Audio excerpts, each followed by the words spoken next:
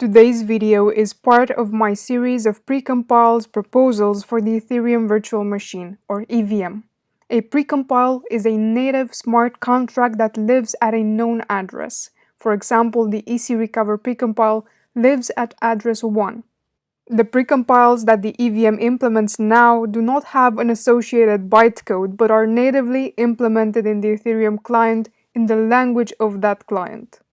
In a previous video, we showed demos of our proposals for introspection, Merkle proofs, IPFS, IPLD precompiles.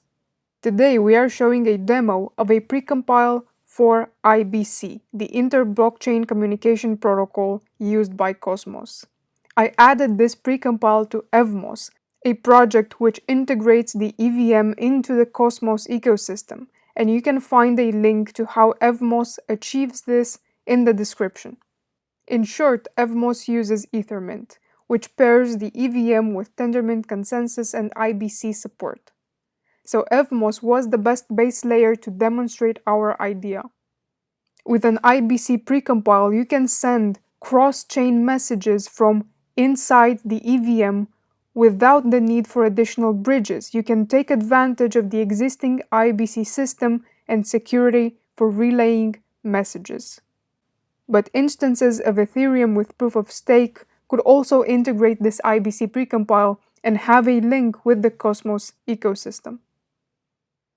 I have a dApp here with some functions exposed by the IBC precompile, which lives at this address. So instead of considering the precompile as a single function in the way EC Recovery is used by Solidity, we treat the precompile as a smart contract with multiple functions. We have MetaMask here connected to a local Evmos node which runs a fork with an implementation of the IBC proposal. So it's connected to this node, but we have a second Evmos node here, and we have the Hermes relayer that will relay our messages between the two chains, just like in the previous diagram. And I have already opened the channel between these two nodes, channel 0. Of course, you can use the precompile from any EVM contract that you write, but for simplicity, we will call it directly from this interface. So we can try to send a message to another chain that has IBC support by mentioning the port that we want to connect to and the channel that we are using to send our message through. In this case, we will use channel 0.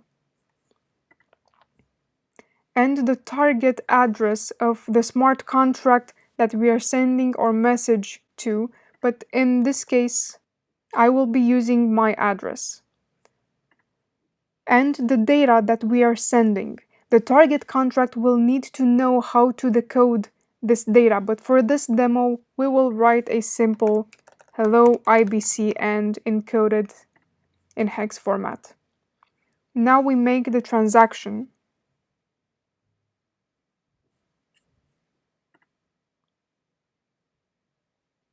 And we see that Hermes has picked it up and is sending it to the other chain, and we can already see it here. What happens is that the second chain takes this data and stores it. And now the target smart contract on the second chain can use the data. And I have here another browser on the Evmos 2 network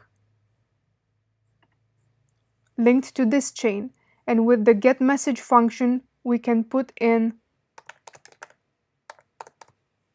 the source port, the channel ID, the source address, and the message index, and get the message. Hello IBC. Let's try to send another message.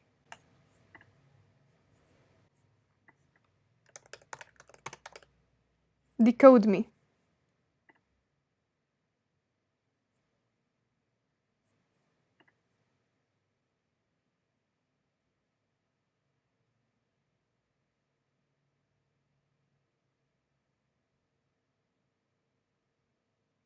And we can see it has arrived on the second chain.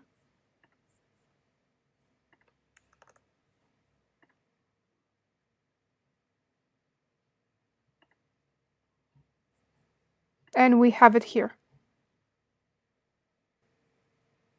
This was a short initial demo on this topic. Of course, more effort needs to be put into specifying a secure system, but more design ideas around the IBC precompile and what truly exciting innovations it can trigger will be presented in future videos. You just saw an IBC precompile implemented in a fork of Evmos Ethermint, with on-chain access to the IBC protocol from inside the EVM. Contract-to-contract cross-chain communication. It provides 3 functions: send message, get message, and count messages. Extensible by dtype DB. Enables data mirroring and remote chain execution control. And it can be implemented on any EVM-based systems with finality guarantees, like proof-of-stake systems.